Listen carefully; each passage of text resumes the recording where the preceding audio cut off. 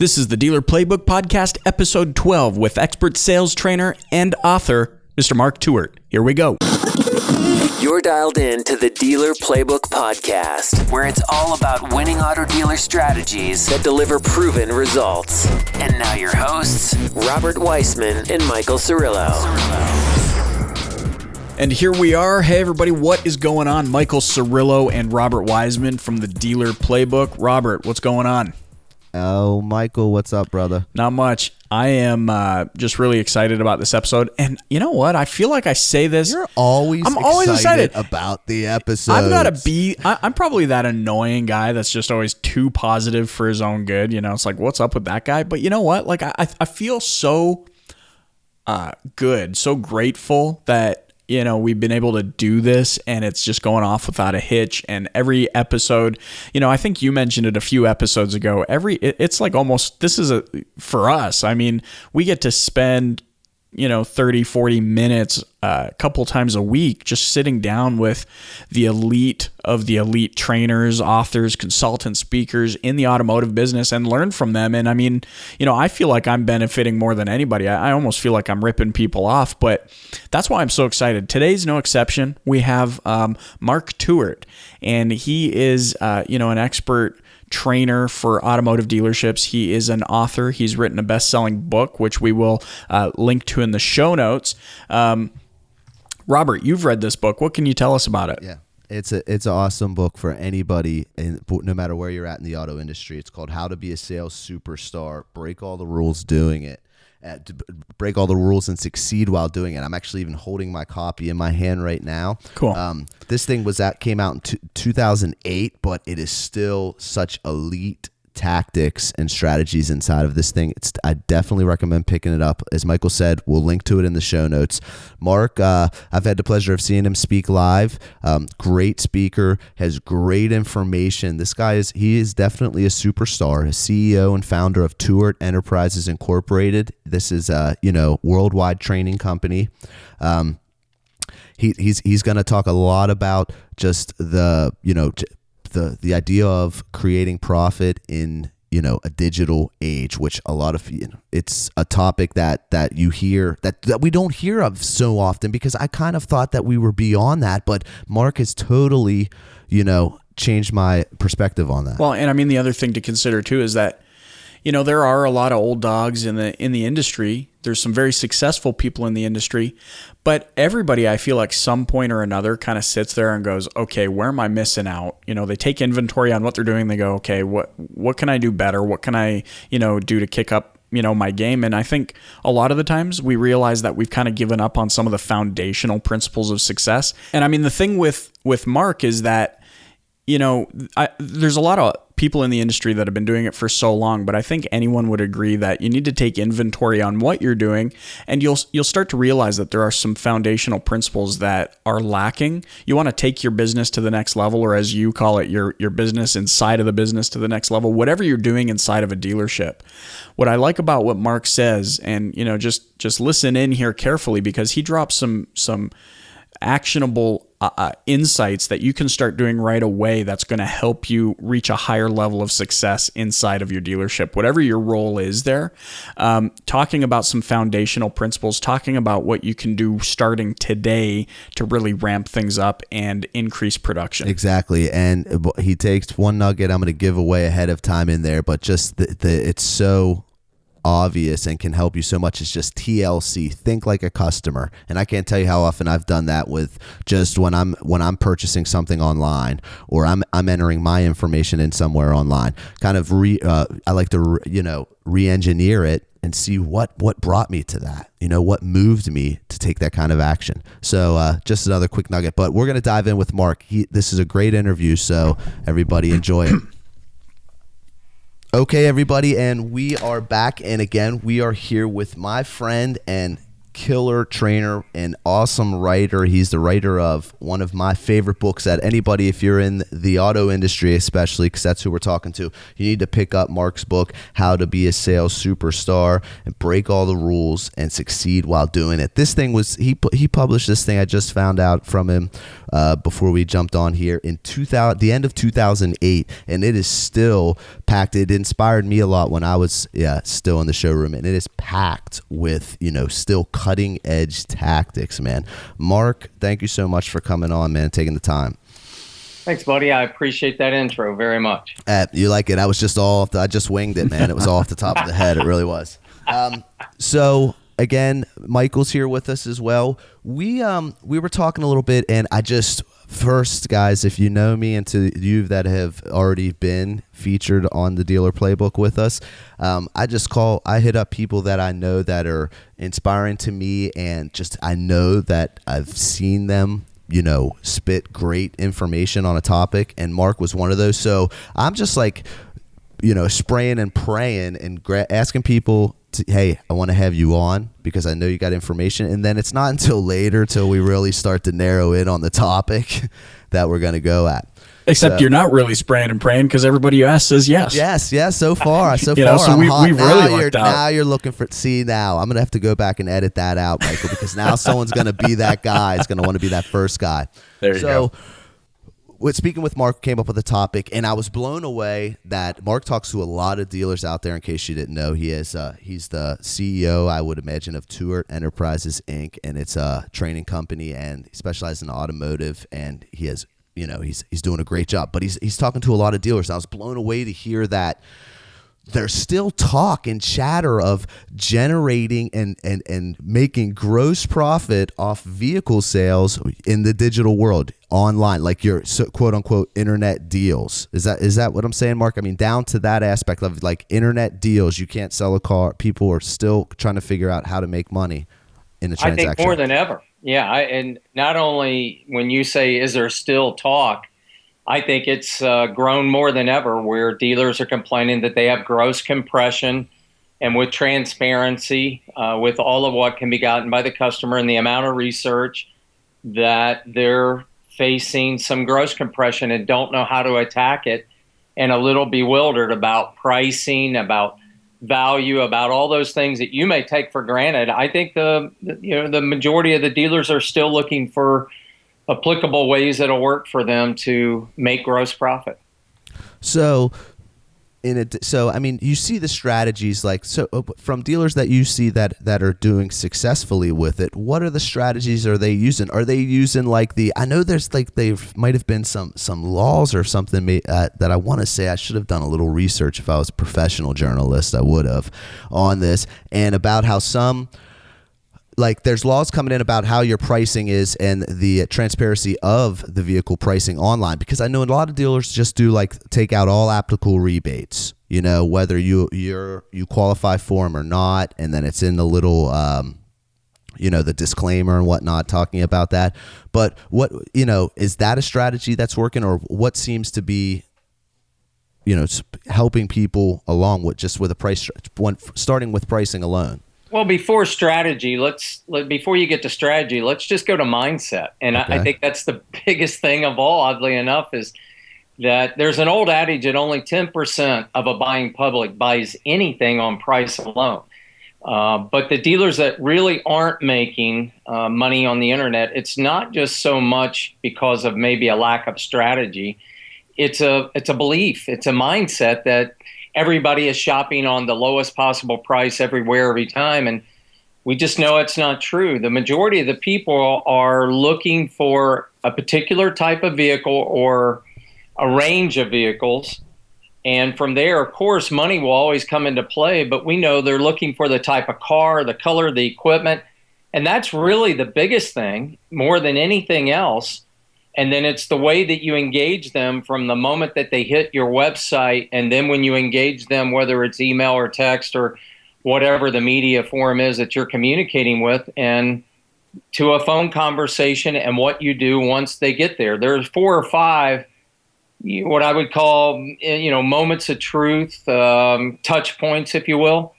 And it's what you do when you engage people. It goes back to old school becomes new school. Old school is how do you relate to people and how do you engage with people? It's not just specifically a price listed on a website that drives somebody to you. And that's what I think is the misnomer out there, if you will, with the people that don't make money.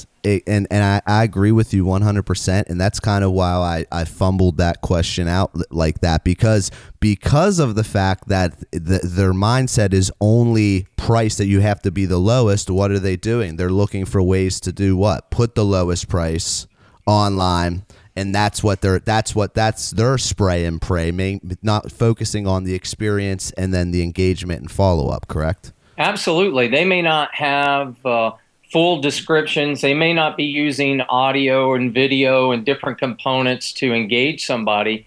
But the belief system, it's just all about the price. And they may not have the proper SEO strategies to have somebody even find them. But let's assume that they do once they get there.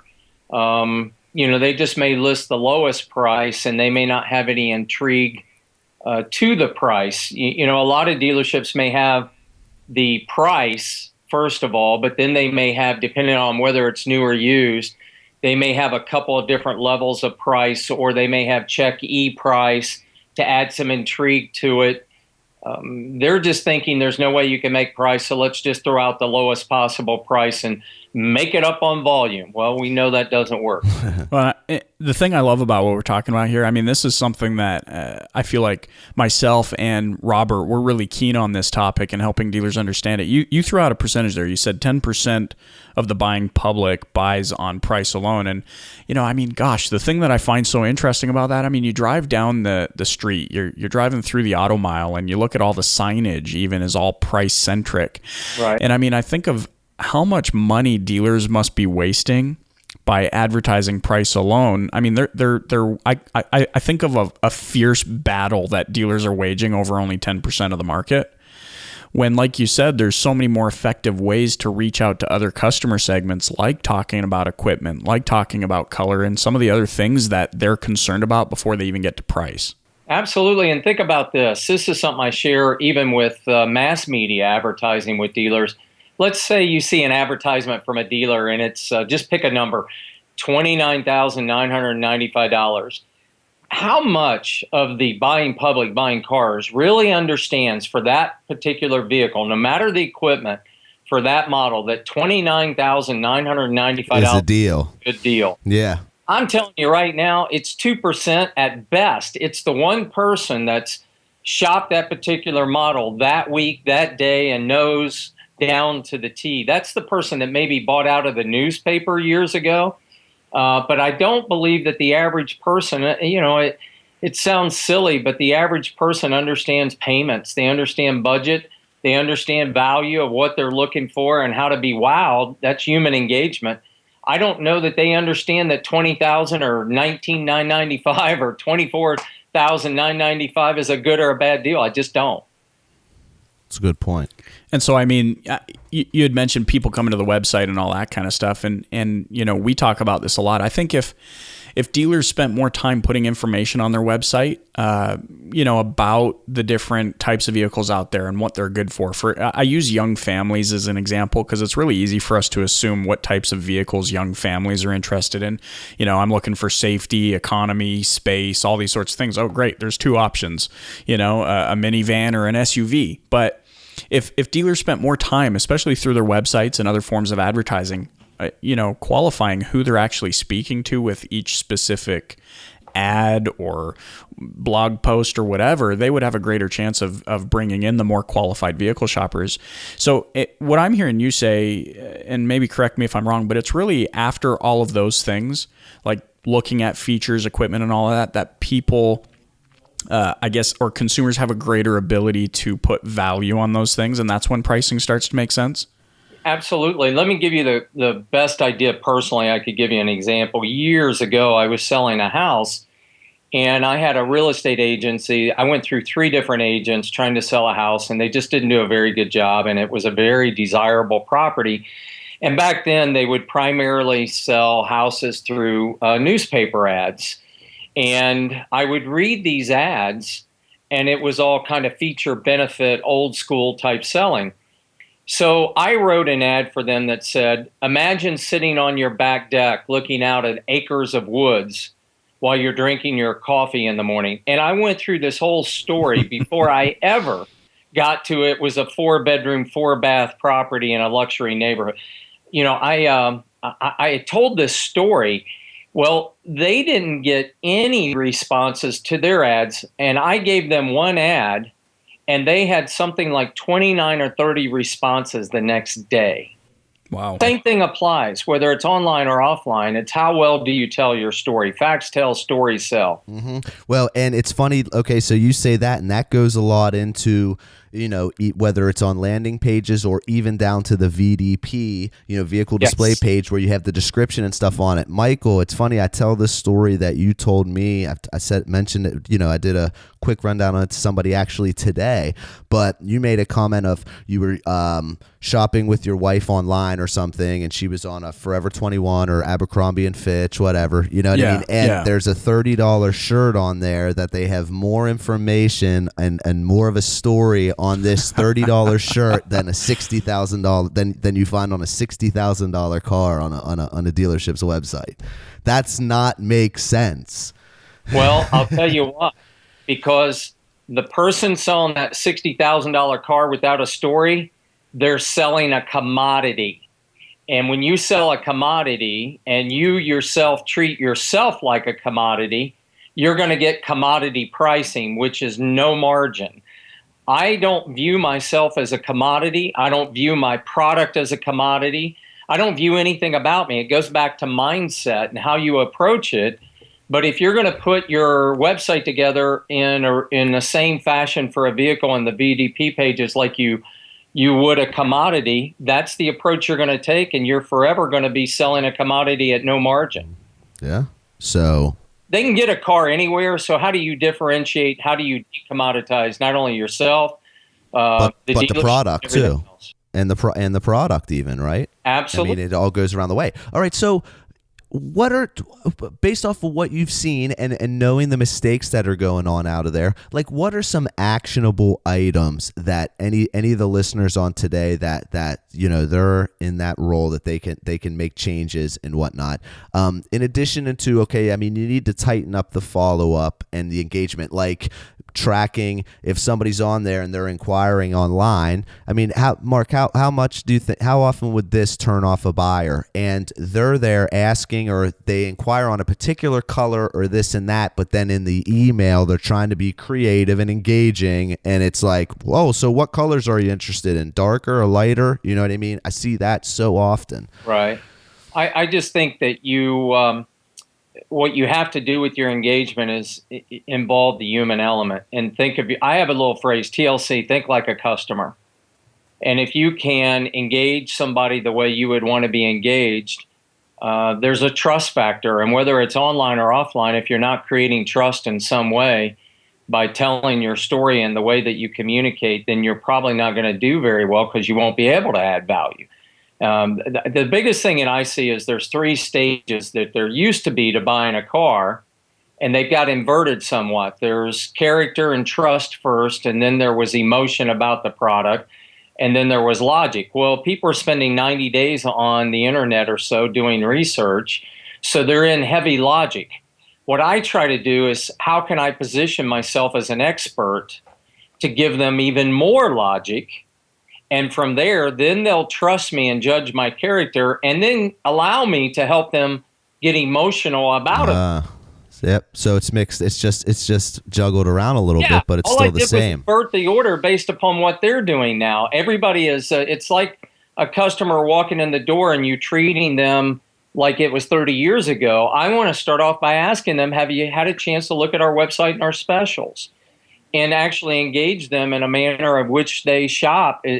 Instead of trying to shove them from step 6 back to step 1, if they're on step 6, I want to engage them at step 6. And it's the same thing online of trying to think about, how can I position myself? Can I take them further down the journey of what they're doing by giving them even more that they can do to make a decision? Whether it's I talked about, and you mentioned in my book, but I've been teaching in seminars for 10 or 12 years before people were even talking about it or knew what it was, utilizing video email, free special reports, how to buy a car and not get ripped off, 7 things everybody should know before they buy a car. I mean, those are hot leads. If somebody puts their name and email in for that, that sounds like somebody that's looking to buy a car, does it not? That's what you're trying to do. You're trying to get somebody to raise their hand. See, everybody's fishing for all the fish in the pond. And when you try to be everything to everybody, you wind up being nothing to nobody. Nothing to nobody. Yes, I just want to get the most important fish, and I want to get the fish that would bite, so to speak. It may be a bad analogy there, but the reality is I want to get somebody to raise their hand to say, I think that might help me, and that puts me in a position of an expert. And I think that's what you did very well, to pat you on the back, Robert, is you positioned yourself as an expert that was helping somebody rather than somebody selling a commodity of a vehicle for a price. Yeah. And again, I got a lot of that, and to give you another pat, man, keep the love going. I got a lot of like those strategies. I mean, I embodied myself with information, but your book, How to Be a Sales Superstar, talks a lot about doing that. And I can't believe, in enough that's when people start looking at you like that. Like, imagine running a campaign instead of we have the lowest price, we have this and that come here to work with experts or something like that. You know what I mean? Like, I guarantee that would still it would convert very well. And I think educate them, basically. Yeah, and I mean, I think the big takeaway here is that no matter what you do, you need to know who you're speaking to first. You need to say, okay, as a dealership, here's kind of our, I don't know, whatever you want to call it, buyer profile or something, and you can have multiple profiles for who you're going to reach out to, but man, it makes it so much easier to know what kind of messaging to use and what to talk about when you actually have a specific target in mind. Oh yeah. And I mean, even if you think about the messaging of, hey, come work with experts, you're kind of drilling in and you're talking to people that have specific needs and desires that message would even be appealing to them in the first place. Well, one of the things, to give you that exact analogy, and you use a term, Robert, that I use, you said it on this call, the spray and pray method of selling. And for many years, what salespeople did was, even today, they start talking generically about a car. At that time, you're just selling a commodity. And I've always taught when people came in, whether they've shopped on the internet or not, just saying, well, what kind of car are you driving now? And engaging them online with that conversation and trying to compare what their previous patterns are. Find out how somebody has bought in the past, and that's a pattern to how they'll buy in the future. And I always tell people, to give you an idea when I engage people, even if they know what car they want when they come in, let's say we've got that far, I will say, folks, what I would love to do is to walk over to your present car just for a moment for 2 reasons. I want to jot down all the description and information, even though you may have gotten all the information online.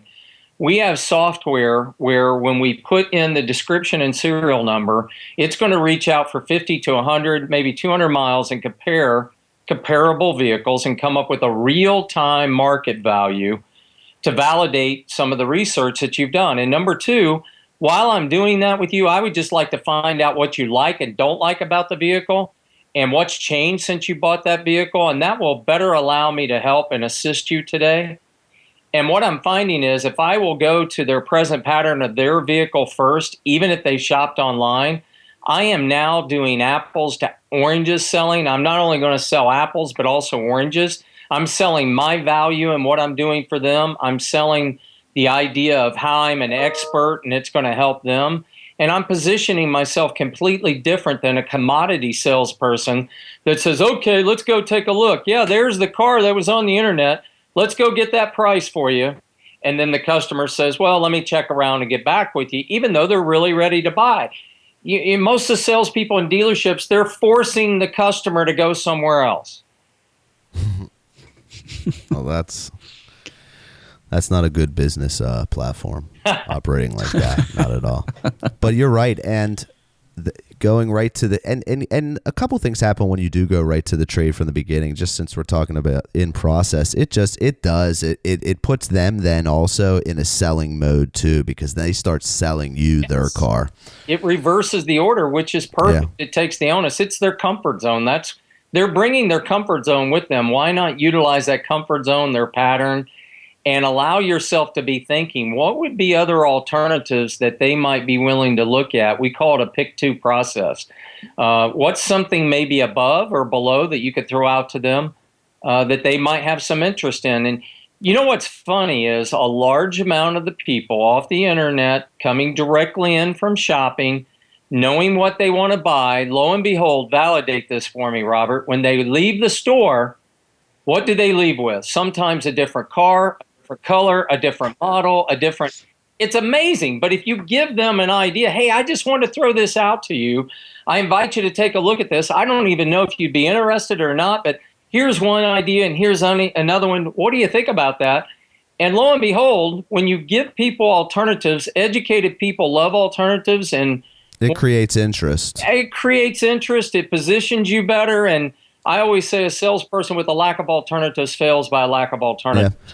And that's a key thing here too. Like, we're not, you don't hear digital talk right now, but it's so key to generating gross profit. It's a because foundation. when they come in, when they even come in on that car that they see online that you've netted out, you go in and you start showing them more equipment, less equipment, and move them along the line. You're fulfilling their need to shop, for one. For two, you're showing them alternatives, showing that you're interested and care about them and want to show them choices. Plus, next, it leaves them, it solidifies even where they're at too. Like, let's say, okay, so you did bring them in, they don't qualify for that rebate, so it's $1,000, maybe $1,500 more. Okay, then you're showing them this other car that's up that has a little bit more equipment or whatever, and it's $3,000 or $4,000 more. So then it'll make that. It also makes the perception of the numbers look better as well. I mean, that's kind of a slimy tactic. It can be, but it's Robert. You could do this. You could do this online, where it's not a slimy tactic at all. Somebody is looking for a vehicle, so you give them what they're looking for, X, but you're thinking, what would be X plus? What would improve what they're looking for? Now, that might be less money. It might be more equipment for comparable money or comparable monthly payment. So you try to think HFG. That's the three letters I use. HFG, hope for gain. What's the customer's hope for gain? And try to give them something as good or as better experiences and alternatives than what they've seen before. So we have clients that will actually price out or give two alternatives to each vehicle that they ever price. Well, that's the best. I mean, I couldn't agree enough. I know it's hard to get sometimes dealers to send price alone, and I've worked in dealers that operate like that. But if you can send three like good, even like from the VDP, or just three different options with that initial price quote, I think that's gonna, although it makes people nervous because they're scared to send one price sometimes. So sending three different ones, it's like it's crazy to them. But I totally agree with that. I think that really gets the juices flowing, because you said it, Mark, they're probably on the wrong unit to begin with. Over 60% of the time is what happens. Oddly enough, in today's narrowed and very defined search availability, they're probably going to wind up choosing something slightly different or vastly different 60-some% of the time. But you have to be willing to use some creativity to think like they would think, to give them something that would be hope for gain. And to give you another thing that's just kind of an old school thing, but it becomes new school, is that when a customer comes in and selects that car, once again, it's probably, even if it's a Mercedes, not going to boil down to the price no matter what. It's going to boil down to payment. So when we work with dealerships, we say you need to show three alternatives for budgets for every single car, being your payment and the down payment. And we know from the beginning of time, if you don't ask for cash investment, you don't get. And if you don't get, you're not going to put deals together. You're not going to get people unburied from their car. And you're not going to have an opportunity to structure a deal properly. So we will explain when we sit down with the customer that we have options that the computer has put together for you. There's more than one way to buy a car, but we feel that this is the very best way to buy a car. And what I mean by that, Mr. Customer, is that these are all equity building options, because we hate to see a customer come in and not be able to trade a car because they're in negative equity. The customer doesn't like it. We don't like it. And just like with the recent downfall in the economy when housing values went down, but everybody owed a lot of money and they couldn't sell their house, we don't want to see that happen to you. So that's what these options are built upon. If there's something else that works for you, just let us know. But here they are, 1, 2, 3. And so what we're finding, making gross profit in the digital age also has to do with how you propose your numbers and how you propose the figures, and even how you propose trade values, which we could get into, and then how you negotiate and handle your first objection. How you show your cars online, 1, how you engage them, 2, when they first connect with you, when they first walk on the lot and what you do there, which we started to discuss, how you propose your figures, and then how you negotiate on the first objection. That's where money is won or lost, and it's vast. We have had 2 examples, not to run on, but 2 examples recently. One was 8 stores and one 7-store group. Every single store in the group has improved their gross profit dramatically, and they do a lot of internet business. Every single store went up in gross profit, and some of them, it was a huge amount by just getting people to first change their belief system, and 2, to start to change the strategies as well that we were talking about. So real fast, before we go into wrapping this up, I want to ask you this. So when we talk about internet sale though, so when you went into a lot about just what happens when they're in the showroom. Mm-hmm. So this can go almost for any customer now though today, because really what percentage of somebody coming in, even though the salesperson didn't put their source code in, mm-hmm. as off the website or whatever, or the final call to action for them was their friend or mom or mother-in-law that told them to go to ABC Motors. But really, who hasn't been on the website to see it? Even on the way there, you know what I mean, in the car. Yeah. So everybody. So that what I'm going back to is approaching them from where you said to find out where they're at. They could be a few stages ahead of where you would think they're at just walking in off the showroom, where you're actually asking them what have they read about it online or what did they see on the website and this and that. You know what I'm saying? Because then that they've already been there, so you can take them through the same funnel as if they were an internet lead that you brought in, the BDC brought in or something, and you have that special process for them. Treating them different as a VIP and then trying to engage them more warmly and humanly, like, even if you're using just video email and giving them free special reports, a walk around of the vehicle, a video walk around, and taking the time to do things that people, I'm going to tell you, I once heard it said by, I think it was Tony Robbins, I may be wrong, but he said nobody is really lazy. They just haven't found the leverage that inspires them. And I tell you what, I don't want to be negative, but I totally disagree. People are lazy. Most people are lazy. They're lazy asses, and they won't get off their butt to do a video walk around. They won't even try to sign up and use video email. A lot of people are just that way. So they're going to get below average results. But if you'll do some of this stuff, and what I tell my clients, if I'm dealing with a salesperson or internet, imagine you're sitting on the other end of your computer and somebody sent you a warm introduction on a video email. They did a video walk around presentation. They gave you a link for 3 testimonials off of YouTube of somebody who bought that exact same car and 2 special reports. And it came down to them looking at another dealership or 2 for that particular vehicle. But you were the one that did that. Who do you think they're going to go see? Oh, yeah. Hands down. No question. No question.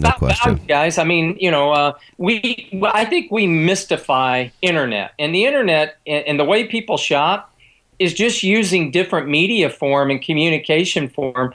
But it's really the same. It's the same thing. It's just taking logic and basic human thought and emotion and putting it together with different tools. That's all it really is. Yeah. Very good. That's a good and point. I mean, and that's where success lies. I mean, what we're really talking about is you will find success by doing the things that others aren't willing to do.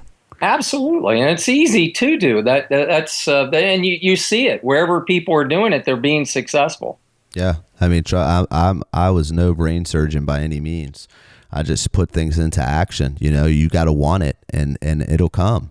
And you just have to keep continuing to adapt, because basically now everybody's an internet customer. I don't believe that because somebody's called in and they booked an appointment with a BDC that they should be treated any different than the guy that pulled in right there because he was sitting down the block and he was eating lunch and he was searching on his mobile and saw that, and he didn't take a call to action to call you or fill out a form. He came directly to your showroom. Everybody's a VIP. You just have to channel them as a VIP. That's it. Put them through the funnel the right way. Mark, I can't thank you enough. I think we got some good things through on there. It's such a broad topic, man. We could do this one all day. Michael, is there anything else, man? No, man. I just think thank you so much. You dropped some power bombs on us, and there's some good takeaways there. I love that this is a topic that's just needed so desperately in the industry, and I think we ended it off there on a really good note. The main takeaway for me is do what others aren't willing to do, and you'll find success. So if you're sitting there trying to figure out why you're maybe not pushing as many units, you're not selling as many products, services, F&I, whatever it is, it's probably to start TLC, and you just got to start TLC. I'm sorry, I didn't mean to interrupt you. No, but, that's fine. Get rid of some of these forms that you have that are form speak. Nobody looks at a form email or a form letter and goes, "Wow, man, that's engaging. That's emotional. That's a connection. They value me. Yeah, you're a valued customer. I got to go there." Well, and you mentioned it, the old school. Sometimes we fear this term of, going back to the old school. But one thing that's remained consistent the whole time, like you've said, is the need to build a relationship. And in order to build a relationship, you need to be yourself. Absolutely. Mark, thank you so much. Hey, while we're wrapping this up, how do we get a hold of you? How can people get a hold of you to further ask questions? Few ways. You can call me, of course, at 888-2-TEWART, which is TEWART. You can go to Tewart.com, or you can follow me on Twitter at Mark Tewart. Hey, Mark. Awesome. Mark, how about throwing the listeners a chapter? Where can they grab one of your? Do you still have those pages up? Absolutely. If you go to my website at Tewart.com, you can get the first chapter of my book for free, which is How to Be a Sales Superstar. It's a best-selling book. It's on Amazon, but if you go to go to Tewart.com. He'll give you the first hit for free. Yeah. He'll give you the first awesome. hit for free. So we'll be sure to include that link in our show notes, as well as the link to your book on Amazon, so people can get hooked up with that. Mark, thank you so much for your time. Like I said, there was so much great information there, and I think it's a topic that just everyone needs to be aware of. So we appreciate your time today. Thanks, guys. Have a great day. Thanks, Mark. Thanks. You too. And there you have it, people. That wraps up our conversation with Mark Tewart. Michael, what'd you think, man? I told you. I know you haven't had any engagement really with Mark before, but didn't I tell you? Yeah, I mean, real deal, solid, actionable insights that you can start doing right now. And I think that's the thing that I like the most about it. I mean, my whole thing is the 1, 2, 3. What can I, what are the 3 things I can start doing today? And I mean, even though we didn't clearly, give them the headings of, okay, here's step 1, step 2, step 3, there are definitely 3 things in that conversation that anybody inside the dealership can start doing right now to see a greater level of success. Without a doubt. You're not talking about big new tools, resources, or investing in new products. And that's the thing where Michael says about giving you the 1, 2, 3. Sometimes it's going to be, you'll get it headlined like that, but sometimes not, because just off there, I was talking with Michael, we go into this just to have a conversation with experts, with the best out there. We're not doing a lot of, preparation before this, not because we're lazy or we don't want to or don't have the time, but we just want to sit here and give you a genuine, raw conversation. Everybody talking about their passion and talking about what they know. You saying that because you called out lazy people or what? Oh, I forgot all about that. No. But seriously, no, not at all. But seriously, it's like I think that brings and delivers a lot more value when you're just engaging on it. You're talking about it, and you just let it come to life on its own. The conversation. It becomes a mastermind. It becomes Absolutely. a mastermind. It's just a mini mastermind. And that was his thing. I mean, he calls out some laziness in the car business. And when you really think about it, he mentions the old school a couple of times. And the thing I really liked about that is, sometimes we're so afraid with all of the new tools coming out to even think about the old school. But I think, and I pointed out the one thing that's always remained consistent is the building of a relationship. And I feel like a lot of what he talked about was the relationship side of selling vehicles. Yeah, and you're right. You cannot, and it's impossible to build a relationship if you don't even know who you're talking to. Exactly. It's non-existent. That was incredible. So, yeah. Hey, listen, everyone, we appreciate you listening in. Don't forget, subscribe to us on iTunes or Stitcher Radio. And most of all, if you want to check out these episodes and you don't have access to any of those platforms, it's real simple, www.thedealerplaybook.com, where you'll be able to check out this episode. In the show notes, like we said, we will link to his book on Amazon, his best-selling book, as well as give you access. It almost sounds like exclusive access, because it almost sounded like he didn't talk about this for a while, but exclusive access to the first chapter of his book, so you can really see how powerful it'll be. So we'll link to that as well. Again, thanks to Mark Tewart for taking the time with us. Thanks to all of you. We'll catch you next time. See ya.